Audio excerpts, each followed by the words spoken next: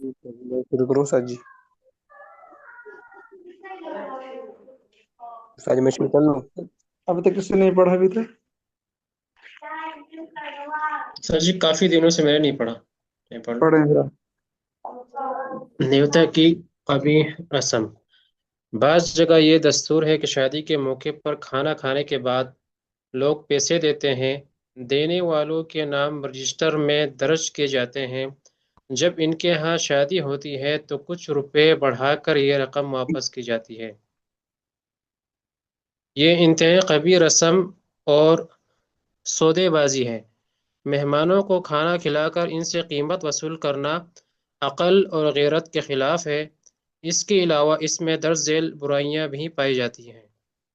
یہ رقم جبراً وصول کی جاتی ہے.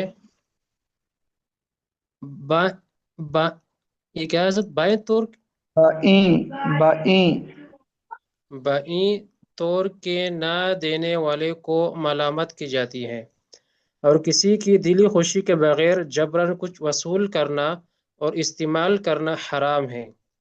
یہ رقم قرض سمجھ کر وصول کی جاتی ہے، حالانکہ بلا ضرورت قرض لینا ممنوع ہے. اس قرض کو دوسرے موقع پر اضافے کے ساتھ واپس کرنا ضروری سمجھا جاتا ہے. یہ اضافہ سود کے حکم میں ہے. قرض سے متعلق حکم یہ ہے کہ جب بھی استطاعت ہو ادا کر دیا جائے. اگر زندگی میں ادا نہ کیا گیا تو مرنے کے بعد ترکہ میں سے ادا کیا جائے، لیکن نیوتا کی رقم مرنے کے بعد ادا کرنے کا اہتمام نہیں کیا جاتا. استاد محترم جی. استاد محترم یہ ولیمے کی بات ہو رہی ہے، ولیمے کے بعد پیسے لیتے ہیں. ولیمہ ہو چاہے ولیمے سے پہلے ہو چاہے بعد میں ہو، پہلے جو ہے نا پہلے ایسے زمانے میں نا پہلے جو جی ہے نا پہلے زمانے میں یعنی کہ کل بارات جائے گی تو اس سے ایک دن پہلے لوگ کھانا کھلاتے تھے. اس وقت یہ نیوتا لینا دینا ہوتا تھا. اب ولیمہ ہے، اب ولیمے کے اندر ولیمہ کھانے کے بعد لوگ جو ہے نا پیسے دے کے جاتے ہیں. 500 دیے تو اب آپ ان کو پھر اگلی مرتبہ 1000 دیں گے، پھر 2000 دیں گے، اس طریقے سے چلتی رہتی ہے. استاد جی یہ حرام ہوگا ولیمے کے بعد پیسے دینا؟ یہ تو جبرن نہیں وصول کی رہی، یہ تو خوشی، دلی خوشی دے رہے ہیں. خوشی میں دیں گے، جب وہ آپ کو نہیں دے گا پھر آپ پریشان ہوں گے نہیں استاد جی کہ ہم جس ہم ان کی شادی میں جس دے کے آئے تھے ہمیں کچھ بھی نہیں دیا جی استاد جی ہے. جی حضرت یہ سود میں آ رہا ہے، اس کے اوپر لکھا ہاں ہوا نا. ہے سود میں آتا ہے یہ. جی ہاں، بڑھا کے دیتے نا سود پیسے. سود پہلے جی ہمارے جی. یہاں بھی رواج تھا کہ اگر آپ نے ایک شادی 500 دیے نا پھر ہم آپ کو 1000 دیں گے. 500 پہلے والے 500 چڑھاؤ دے دیے، 500 آؤتے جسے کہتے تھے بھائی 500 آ گیا، اب 500 کے اوپر چڑھا دو. استغفر. اگر نہ دے استاد تو وہ کہتے ہمارے پیسے واپسی نہیں کیے. ابھی بھی جیسے بعض لوگ شادی میں جاتے ہیں کہ جی 1000 دے دیے، اب جس کی شادی ہوگی وہ نہیں دے گا، ناراض کے ہمیں پیسے نہیں دیے، ہم نے وہ دیے تھے ہمیں کچھ بھی نہیں دیا. اس نیت سے واپسی لینے کی نیت نہ ہو تو اور بات ہے، لیکن واپسی لینے کی نیت ہو کہ آدمی کا ہوگا ذہنی مجھے واپسی کریں گے میری شادی کے موقع پہ تو اس سے کام چلے گا، زیادہ بڑھ جائیں گے، یہ ٹھیک نہیں ہے. بہت بڑا مسئلہ آ گیا حضرت، یہ تو بتانا چاہیے لوگوں کو.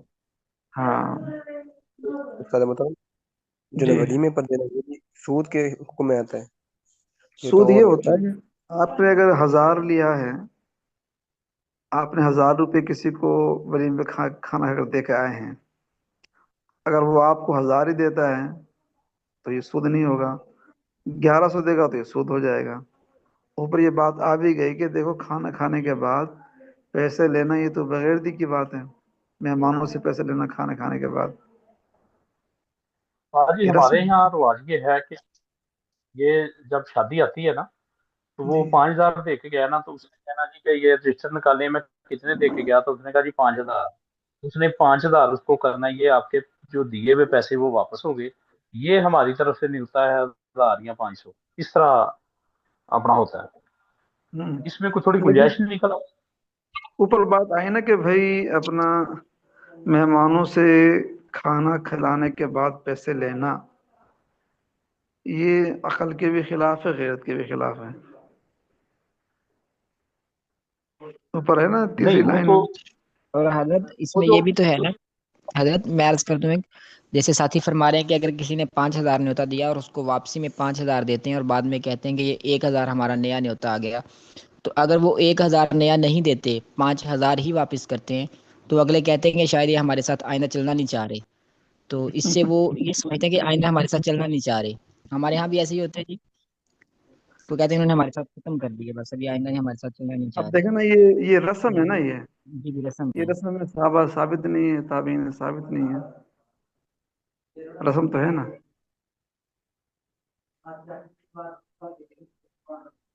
رسم کو چھوڑنا چاہیے. اب آپ کو وہ 1,000 روپے دے رہا ہے، لیکن دل میں اس کی نیت ہے کہ یار یہ مجھے 2,000 دے گا، اور طیب خوشی سے وہ نہیں دے رہا، اوپر سے تو کہہ رہا ہے ٹھیک ہے بھائی میں دے رہا ہوں، اور دل اس کا راضی نہیں ہے، تو پھر ویسے استعمال کرنا حرام ہے، ٹھیک نہیں ہے اس کو، پیسے کو. تو استاد جی اگر اچھا اس سے ہٹ کے بندہ، کسی کو ہم شادی پہ جاتے ہیں، وہ گفٹ لے کے جانا چاہتے ہیں، تو ہم کہتے ہیں یہ وہ پیسے دے دیں گے، اپنی مرضی سے لے لیں، اور دل میں حتمی یہ ڈیسیژن ہو کہ ہم ان سے واپس لینے ہی نہیں ہے، تو اس میں تو کوئی گنجائش کی تو سکتی ہے گفٹ دینے کی، جب آپ کو پیسے دے دیتے ہیں کہ اپنی مرضی سے گفٹ لے لیں، پھر ان واپسی کو کا کہیں بھی دینا. کوئی اب آپ نے اس کو دے دیے، لینے والا پتہ نہیں چارہ سمجھے گا کہ یار مجھے تو واپسی کرنے ہوں گے، تو یہ اس کو جو ہے نا کسی اور موقع پہ آدمی اس کو دے دے، اس موقع پہ نہ دے تو اچھا ہی ہے. ٹھیک ہو رسم سے اعتراض کرنا چاہیے. ٹھیک چلیں. بوقت نکاح دلہن کے پاس کچھ لوگوں کو بھیجنا. لڑکی کا ولی اس کا والد، دادا یا بھائی ہوتا ہے. اگر لڑکی پہلے سے اپنی رضامندی ظاہر کر چکی ہے تو نکاح کے وقت لوگوں کو دلہن کے پاس بھیج کر اس کی رضا معلوم کرنا ضروری نہیں، بالخصوص جب وہ غیر محرم ہو تو یہ انتہائی بے حیائی اور قبیح فعل ہے. اگر حکومت کے کسی قانون کی وجہ سے وکالت نکاح کے گواہ بنانا ضروری ہو تو یہ کام نکاح سے پہلے کیا جائے اور محرم افراد کو وکیل اور گواہ بنایا جائے. نکاح کے وقت اس کا اہتمام محض ایک لغو رسم ہے. ہاں، استاد جی یعنی کہ کیا سمجھ نہیں سمجھ آئی. جب نکاح ہوتا نہیں ہے نا، یہ جی جی مثال کے طور پر بارات پہنچ گئی حال کے اندر، یا بارات مسجد کے اندر پہنچ گئی، اب یہ بھیجتے ہیں، قاضی صاحب بھیجتے ہیں بھائی جاؤ 2 آدمی جاؤ اور بچی کے پاس اس سے یہ اجازت لے کے آؤ، یا اس رضامندی پوچھ کے آؤ.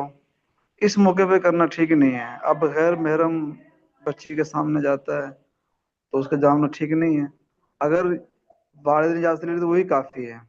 اگر والد نے اجازت لے لی ہے، بھائی نے اجازت پہلے لے چکا ہے، تو دوبارہ جاننے کی کیا ضرورت ہے.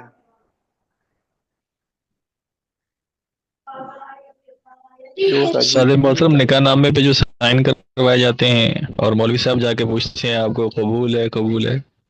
نہیں ہاں ٹھیک. نہیں تو وہ تو قاضی وہ اس سے پوچھتے ہیں نا قبول ہے کس سے. قاضی صاحب قبول ہے کہتے ہیں، دلہا کو کہتے ہیں، دلہن کو تھوڑا کہتے ہیں.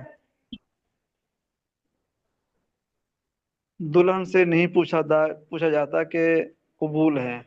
دلہن کی اجازت کافی ہوتی ہے. صرف اجازت کی بھی کئی صورتیں ہوتی ہیں، وہ خاموش ہو جائے، مسکرا دے، اس طرح کئی صورتیں ہیں اس رضامندی کی. استاد جی ایک اس میں مسئلہ سنا تھا کہ ایجاب قبول، جو جس سے پہلے اجازت لینی ہے وہ ایجاب ہوگا، جس نے سیکنڈ اجازت دینی ہے یا لڑکا ہے یا لڑکی ہے تو وہ قبول ہوگا، ایسے ہی ہے جی؟ نہیں، ایجاب قبول قاضی کراتا ہے. ایجاب قاضی کہتا ہے کہ میں نے فلاں بنت فلاں آپ کے نکاح میں اتنے مہر عوض کے بدلے میں دیا، آپ نے قبول کیا، یہ ہے ایجاب. یہ کیا ہے؟ ٹھیک ہو گیا. اب وہ کہ میں نے قبول کیا، اتنا ہوتا ہے بس. ٹھیک ہو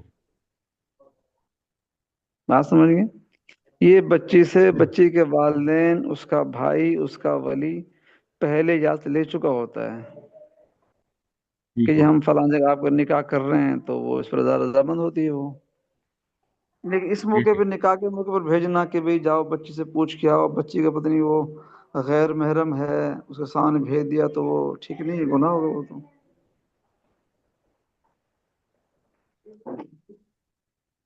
ہاں اگر نکاح کے وقت سے پہلے کوئی بھی اس کا وکیل بن جائے تو بھی کافی ہوتا ہے۔ جی ٹھیک ہے۔ چلیں نکاح کے بعد رخصتی میں تاخیر۔ ایجاب و قبول کے ذریعے نکاح ہو جانے کے بعد بلا وجہ رخصتی میں تاخیر کرنا انتہائی قبیح رسم ہے، اس لیے نکاح کے بعد رخصتی حتی الامکان جلدی کرنی چاہیے۔ یہ بات سمجھ گئے؟ جی حضرت۔ جی استاد۔ چلیں جوان لڑکی کو گھر بٹھائے رکھنا۔ حدیث میں آتا ہے کہ 3 چیزوں میں تاخیر مت کرو: نماز جب اس کا وقت آ جائے، جنازہ جب تیار ہو جائے، لڑکی یا لڑکا جب اس کے جوڑ کا رشتہ مل جائے۔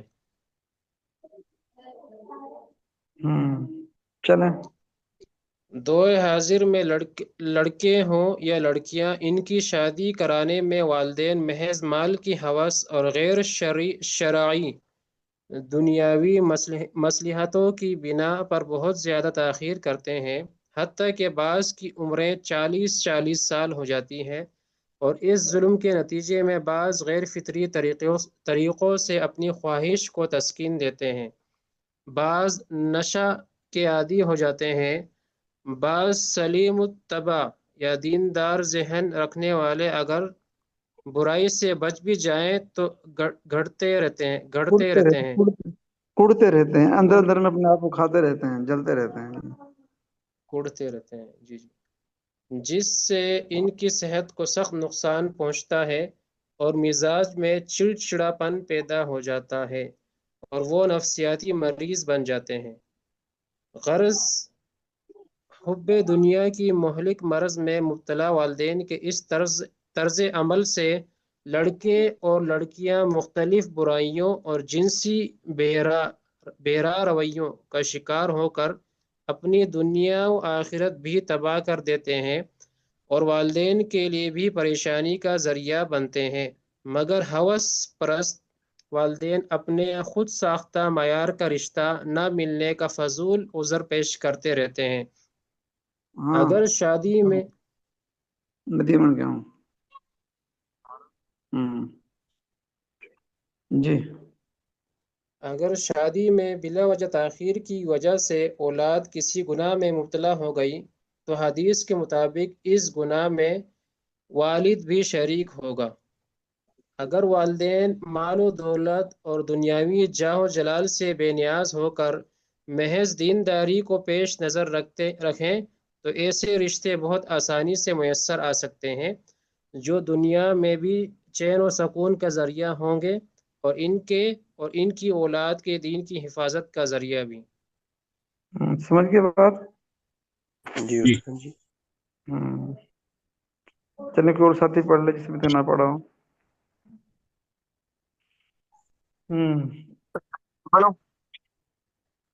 جس نے نہیں پڑھا ابھی تک، نئے ساتھی ہوں کوئی؟ حضرت میں پڑھوں صحیح تھا؟ پڑھیں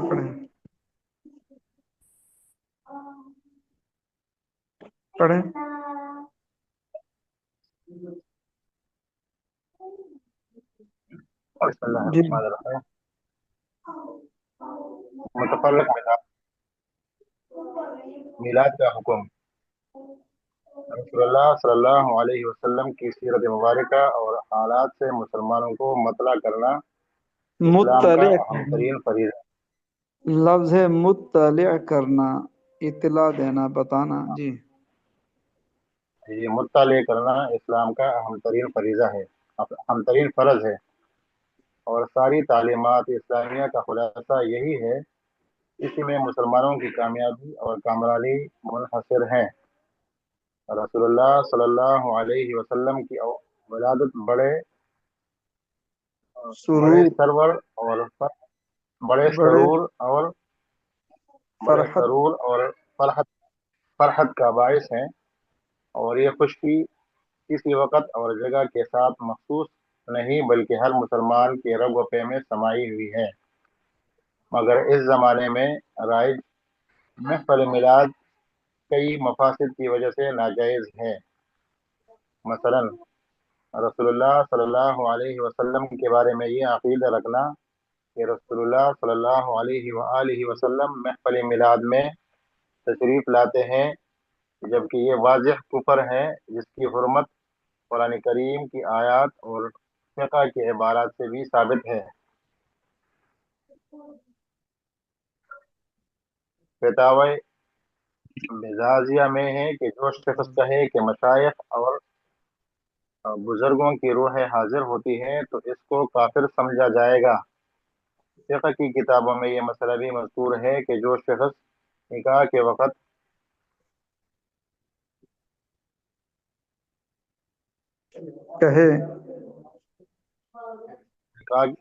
وقت کہے کہ میرے گواہ اللہ اور رسول اللہ صلی اللہ علیہ وسلم ہے تو وہ کافر ہو جائے گا۔ اس طرح محفل میلاد میں مٹھائی وغیرہ کو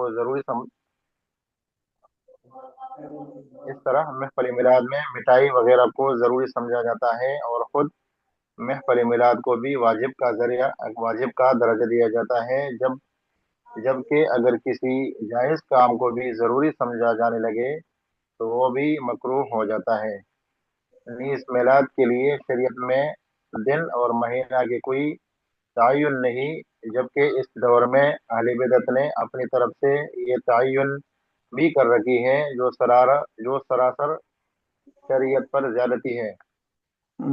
حاصل یہ ہے کہ مذکورہ بالا مفاسد کی بنا پر محفل میلاد قائم کرنا جائز نہیں۔ ایک تو جو ہے نا، ایک تو میلاد النبی ہوتا ہے، وہ جلوس نکالتے ہیں۔ دوسرا ہوتا ہے جو نا بریلوی حضرات کرتے ہیں کہ میلاد مصطفیٰ صلی اللہ علیہ وسلم۔ ایک ہی چیز ہے نا یہ، میلاد کے موقع پر یعنی کہ خوشی کا اظہار کرتے ہیں، کوئی جلوس نکالتا ہے، کوئی مجلس قائم کرتا ہے، کوئی خرافات کرتے ہیں، تو میلاد کہتے ہیں حضور کی پیدائش، اس کا دن مقرر کر کے یا تاریخ مقرر کر کے یہ لوگ خوشی مناتے ہیں۔ جی استاد جی۔ مروج صلاۃ والسلام خوب مروج یاد رکھنا چاہیے، مروج صلاۃ والسلام مروج خوب یاد رکھنا، مروج صلاۃ والسلام خوب یاد رکھنا چاہیے کہ عبادت کا جو طریقہ رسول اکرم صلی اللہ علیہ وآلہ وسلم نے خود ارشاد فرمایا ہے، اس کے مقابلے میں کسی اور کا خود ساختہ طریقہ نہ شریعت میں قابل قبول ہے اور نہ ہی اس میں اجر و ثواب کی امید کی جا سکتی ہے۔ جی عثمان بھی شکریہ، آپ نیچے لکھ رہے ہیں جی بخاری و مسلم، عثمان بھی نیچے لکھ رہے تھے، اس میں عربی کے ساتھ نا، اس میں حرکات کے ساتھ مروج لکھا ہوا تھا چیٹ میں۔ مروج لفظ ہے۔ خود ساختہ، جی جی، کسی اور کا خود ساختہ طریقہ نہ شریعت میں قابل قبول ہے اور نہ ہی اس میں اجر و ثواب کی امید کی جا سکتی ہے۔ بخاری و مسلم کی ایک روایت کے مطابق ایک موقع پر حضرات صحابہ کرام رضی اللہ عنہم نے آپ صلی اللہ علیہ وسلم سے درود شریف پڑھنے کا طریقہ سکھانے کی درخواست کی تو آپ صلی اللہ علیہ وسلم نے فرمایا، تم لوگ یہ کہو اللہم صلی علی محمد وعلى آل محمد كما صليت على إبراهيم وعلى آل إبراهيم إنك حميد مجيد اللهم بارك على محمد وعلى آل محمد كما باركت على إبراهيم وعلى آل إبراهيم إنك حميد مجيد۔ تعلیم کا موقع ہے، ظاہر ہے کہ جس طرح درود شریف کی تعلیم اس حدیث میں دی گئی ہے اور مروجہ درود السلام پڑھنے میں کوئی تعلق نہیں، سوچنے کی بات ہے کہ اگر صلاۃ والسلام کا یہی مروجہ طریقہ درست ہوتا تو یقیناً آپ صلی اللہ علیہ وسلم اس طریقہ کی تعلیم فرماتے، جبکہ ایسا نہیں ہوا۔